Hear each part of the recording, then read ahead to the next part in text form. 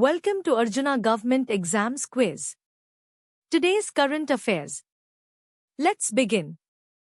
அர்ஜுனா அரசு தேர்வு வினாடி வினாவிற்கு வரவேற்கிறோம். இன்றைய நடப்பு நிகழ்வுகள். தொடங்குவோம். Question 1. Which online youth group called for the march to parliament demanding the resignation of the education minister over the recent NEET, UG, examination leak? சமீபத்திய NEET, UG, தேர்வு கசிவு தொடர்பாக கல்வி அமைச்சர் ராஜினாமா செய்யக் கோரி நாடாளுமன்றத்தை நோக்கி பேரணிக்கு அழைப்பு விடுத்த ஆன்லைன் இளைஞர் குழு எது?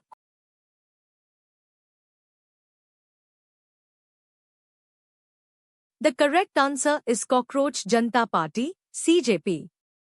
The online youth group Cockroach Janata Party, CJP, called for the march to parliament. சரியான பதில் காக்ரோச் ஜனதா கட்சி, CJP.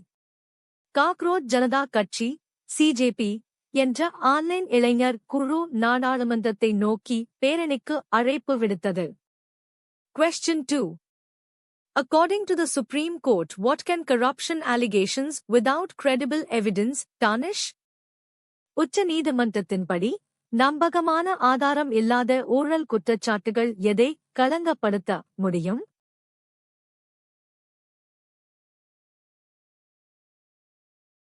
The correct answer is judicial officers' reputation.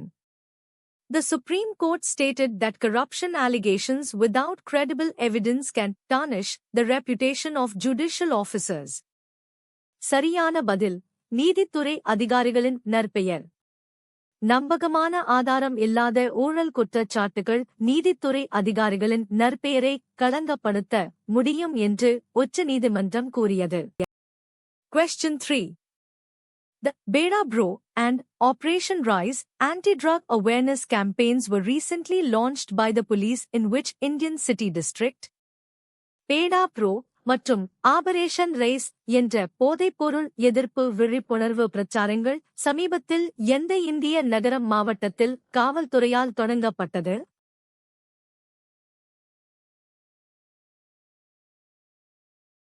The correct answer is Kalburagi. The Kalburagi City and District Police launched the Beda Bro and Operation Rise anti-drug awareness campaigns. சரியான பதில் கலபுரகி. கலபுரகி நகர மற்றும் மாவட்ட காவல்துறை பேடா bro மற்றும் operation rice போதைப்பொருள் எதிர்ப்பு விழிப்புணர்வு பிரச்சாரங்களை தொடங்கியது. Question 4. In which Israeli-occupied territory did Israeli forces recently kill 2 Palestinians during a settler attack, amid surging violence since the Gaza war? காசா போர் தொடங்கியதிலிருந்து வன்முறை அதிகரித்துள்ள நிலையில் இஸ்ரேலிய படையினர் சமீபத்தில் எந்த இஸ்ரேலிய ஆக்கிரமிப்பு பிரதேசத்தில் குடியேற்றவாசிகளின் தாக்குதலின் போது 2 பாலஸ்தீனியர்களைக் கொன்றனர்?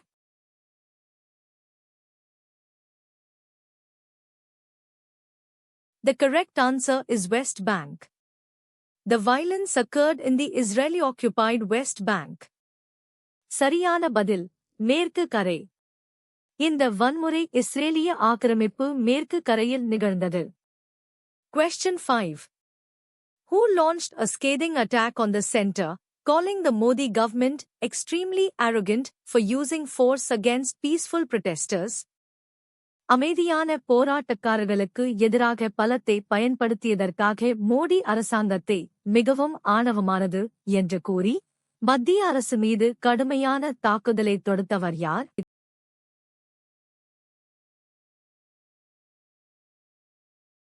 The correct answer is Arvind Kejriwal.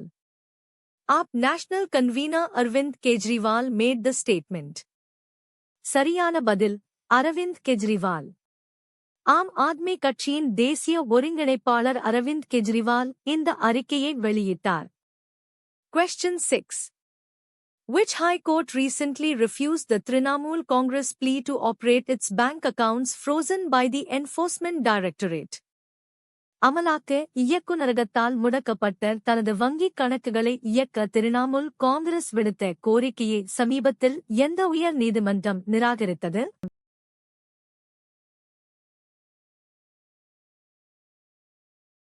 The correct answer is Calcutta High Court. The Calcutta High Court refused the Trinamool Congress plea. சரியான பதில் கல்கத்தா உயர் நீதிமன்றம். கல்கத்தா உயர் நீதிமன்றம் திரிணாமுல் காங்கிரசின் கோரிக்கையை நிராகரித்தது. Question 7. El Mayo, the notorious co-founder of the Sinaloa cartel, who was recently sentenced to life in a US prison, is also known by which name? சமீபத்தில் அமெரிக்க சிறையில் ஆயுள் தண்டனை விதிக்கப்பட்ட சினாலோவா கார்டலின் பிரபல இணை நிறுவனர் எல் மாயோ எந்த பெயரால் அறியப்படுகிறார்?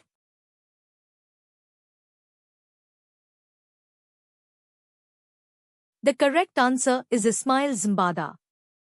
Ismail Zambada is known as El Mayo. சரியான பதில் இஸ்மாயில் சம்படா. இஸ்மாயில் சம்படா எல் மாயோ என்று அறியப்படுகிறார். Question 8. The Supreme Court recently gave the center 4 weeks to confer a gallantry award on a former police officer from which state? முன்னாள் காவல்துறை அதிகாரி ஒருவருக்கு வீரதீர விருது வழங்க மத்திய அரசுக்கு உச்சநீதிமன்றம் சமீபத்தில் 4 வார கால அவகாசம் அளித்தது. அவர் எந்த மாநிலத்தைச் சேர்ந்தவர்?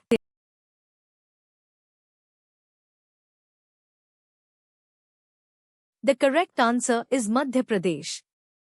The Gallantry Award is to be conferred on a former Madhya Pradesh cop. சரியான பதில் மத்திய பிரதேசம். இந்த வீரதீர விருது மத்திய பிரதேசத்தைச் சேர்ந்த முன்னாள் காவல்துறை அதிகாரிக்கு வழங்கப்பட உள்ளது. Question 9. The Supreme Court upheld the prohibition of commercial activity in the fragile Sagar Plateau.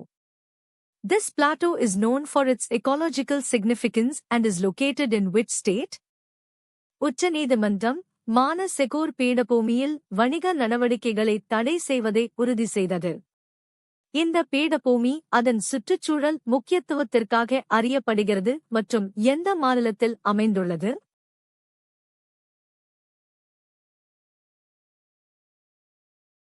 The correct answer is Tamil Nadu. The Sagar Plateau is located in Tamil Nadu, significant for elephant corridors. சரியான பதில் தமிழ்நாடு. செகூர் பீடபூமி தமிழ்நாட்டில் அமைந்துள்ளது. இது யானை வழித்தடங்களுக்கு முக்கியமானது. Question 10. The Supreme Court recently observed that insurance companies often use ambiguous and sloppy policy terms to evade liability. What did the court emphasize for policy language? காப்பீட்டு நிறுவனங்கள் பெரும்பாலும் தெளிவற்ற மற்றும் தவறான கொள்கை விதிமுறைகளை பயன்படுத்தி பொறுப்பை தவிர்ப்பதாக உச்சநீதிமன்றம் சமீபத்தில் குறிப்பிட்டது. கொள்கை முறைக்காக நீதிமன்றம் எதை வலியுறுத்தியது?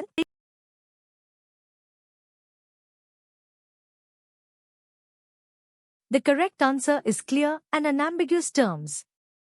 The Supreme Court emphasized that policy language should be clear and unambiguous. சரியான பதில் தெளிவான மற்றும் சந்தேகத்திற்கிடமற்ற விதிமுறைகள். கொள்கை மொழி தெளிவாகவும் சந்தேகத்திற்கிடமின்றியும் இருக்க வேண்டும் என்று உச்சநீதிமன்றம் வலியுறுத்தியது. Question 11. Who recently made public the Youth Congress police firing report concerning 21st July 1993 incident and criticized former CM Mamta Banerjee for not acting on it? July 21, 1993 சம்பவம் தொடர்பான இளைஞர் காங்கிரஸ் காவல்துறை துப்பாக்கிச்சூடு அறிக்கையை சமீபத்தில் வெளியிட்டவர் யார்? மேலும் முன்னாள் முதல்வர் மம்தா பானர்ஜி அதன் மீது நடவடிக்கை எடுக்காததற்காக விமர்சித்தவர் யார்?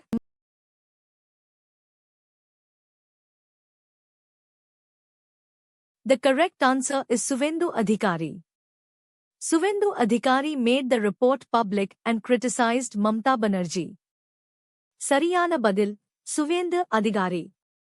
சுவேந்து அதிகாரி இந்த அறிக்கையை வெளியிட்டதுடன் மம்தா பானர்ஜியை விமர்சித்தார். Question 12. The Ram Temple Trust is scheduled to meet on 22nd July to discuss the reconstitution of various committees and the Special Investigation Team's report. What is the primary context for this meeting? Ramar கோயில் அறக்கட்டளை பல்வேறு குழுக்களை மறுசீரமைப்பது மற்றும் சிறப்பு புலனாய்வு குழுவின் அறிக்கையை விவாதிக்க ஜூலை 22 அன்று சந்திக்க உள்ளது. இந்த சந்திப்பிற்கான முதன்மை சூழல் என்ன?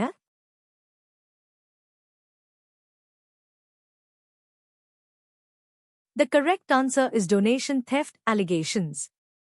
The meeting is amid donation theft allegations. சரியான பதில் நன்கொடை திருட்டு குற்றச்சாட்டுகள். நன்கொடை திருட்டு குற்றச்சாட்டுகளுக்கு மத்தியில் இந்த சந்திப்பு நடைபெறுகிறது. Question 13.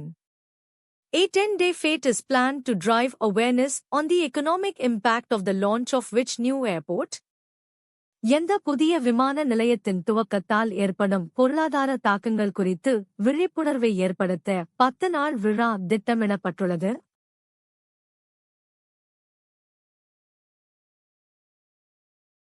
The correct answer is Bhogapuram Airport. The fete is planned for the launch of Bhogapuram Airport. சரியான பதில் போகாபுரம் விமான நிலையம். போகாபுரம் விமான நிலையத்தின் துவக்கத்திற்காக இந்த விழா திட்டமிடப்பட்டுள்ளது. Question 14.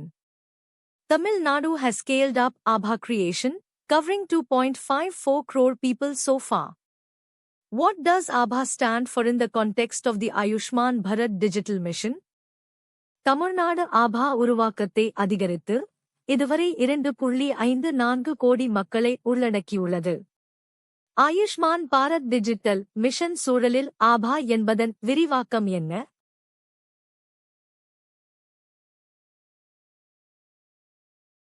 The correct answer is Ayushman Bharat Health Account. Abha stands for Ayushman Bharat Health Account. சரியான பதில் ஆயுஷ்மான் பாரத் சுகாதார கணக்கு. ஆபா என்பது ஆயுஷ்மான் பாரத் சுகாதார கணக்கு என்பதன் சுருக்கமாகும். Question 15. Which Indian state's Vesting of Minerals Act, 2021, which vested all mineral rights in the Malabar region with the state government, was recently struck down as unconstitutional by its High Court? 2021 ஆண்டின் கனிமங்கள் உரிமைச் சட்டம் மலபார் பிராந்தியத்தில் உள்ள அனைத்து கனிம உரிமைகளையும் மாநில அரசுக்கு வழங்கியது. இது சமீபத்தில் எந்த இந்திய மாநிலத்தின் உயர் நீதிமன்றத்தால் அரசியலமைப்பிற்கு முரணானது என்று ரத்து செய்யப்பட்டது?